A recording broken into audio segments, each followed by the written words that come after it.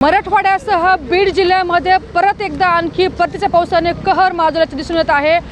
बीड जिल्ह्याला सध्याला red alert वातावरणाने घोषित केलेलं आहे आणि आज आपण पाहू शकता की बीड जिल्ह्यातील 18 महसूल मंडळांना जे आहे ते सतर्कतेचा इशारा दिलेला आहे आणि रेड अलर्ट घोषित केले असल्यामुळे नद्या नाले ओढे जे आहेत ते परत एकदा तुडुंब असे भरून वाहून येत आहेत। आज आपण बीड जिल्ह्याच्या परळी या ठिकाणी आहोत आणि आपण असं त्याला पाहू शकता की सरस्वती नदीने जे आहे ते पूर्ण त्याचे पात्र भरून ओसळून वाहत आहे आणि परळी ते नांदेड परभणी जाणारा जो राष्ट्रीय महामार्ग आहे तो कशा पद्धतीने या ठिकाणी धोक्याचा बनलेला आहे आणि पूल जो आहे तो अतिशय धोक्याचा असं असल्यामुळे या ठिकाणी जाण्याला प्रचंड अशी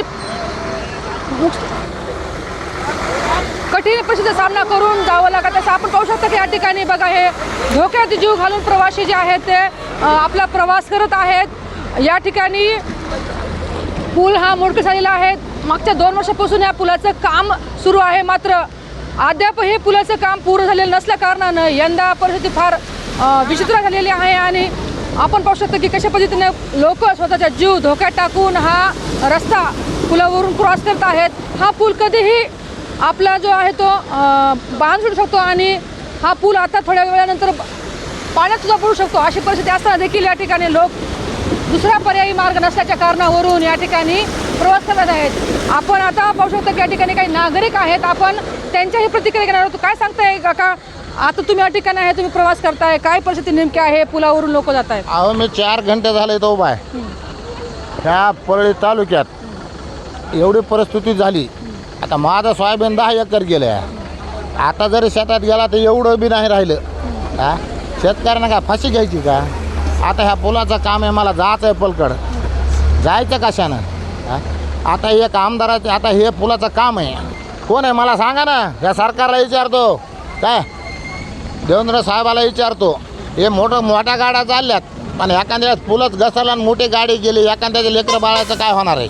ह्यांना समजा पाहिजे का नाही? काय सांगतो, तुम्ही पण या ठिकाणी थांबलेले आहेत प्रवासासाठी, अतिशय जीव धोका टाकून लोक प्रवास करतात। शेत बाजूला आहे, तिथं मी इथं त्या पुलाचा शेजारी आहे। गेले 3 वर्ष काम अर्धवट आहे। माझ्या बाजूने पूल झालेला आहे। पूल का अडवला, कुणी अडवला, 3 वर्ष झालं काम होत नाही। आता ते दगड बघा कसे रस्त्यावर टाकलेत। गुत्तेदाराला सांगितलं तर गुत्तेदार म्हणते माझे नाहीत। मग आता कुणी करायचं कुठं? आता तिथं रोज रात्री लोक पडतात। फक्त एकच आहे की लोकांना त्रास होतो, खेड्यापाड्याचे लोक जातात, लहान मुलं, इकडं शाळा आहेत सगळ्या, तर हे होणं गरजेचं आहे। आणि आता हा पूल हलणार आहे का? हा पूल 70% पूर्ण झाला आहे, हा पूल हलू शकत नाही। तर हे लवकरात लवकर काम करणं गरजेचं आहे आणि जितक्या लवकर हे काम होईल तेवढं लोकांचं बरं होईल, अदरवाईज फार मोठी अडचण। तर आपण पाहू शकतो की परिस्थिती फार बिकट आहे आणि या ठिकाणी शाळा कॉलेज या ठिकाणी मोठे मोठे आहेत। आपण पाहू शकतो माझ्या पाठीमागे शाळेची बस आहे, ज्या बसमध्ये विद्यार्थी पूर्ण बस भरून विद्यार्थी आहेत आणि स्वतःचे जीव मुठीत धरून आता या ठिकाणी हा पूल क्रॉस करणार आहेत। मात्र हा पूल क्रॉस होताना हे जातील का नाही याची देखील या ठिकाणी गॅरंटी नाही। मात्र जीव धोक्यात धरून आता हा ड्रायव्हर जो आहे तो रस्ता क्रॉस करून पुढे जाणार आहे। ही अतिशय बिकट अशी परिस्थिती आहे आणि सतत पाऊस पडत असल्यामुळे शाळा कॉलेजला मधल्या काळ सुट्टी दिले होते, मात्र प्रत्येक वेळेला सुट्टी देणं शक्य नाही, म्हणून आता शाळेतल्या वाहन देखील आता बघू शकता आपण जात आहे। कॅमेरा पर्सन संजीव ब्रायसह सुकेश नाईकवाडे, महाराष्ट्र टाइम्स, बीड।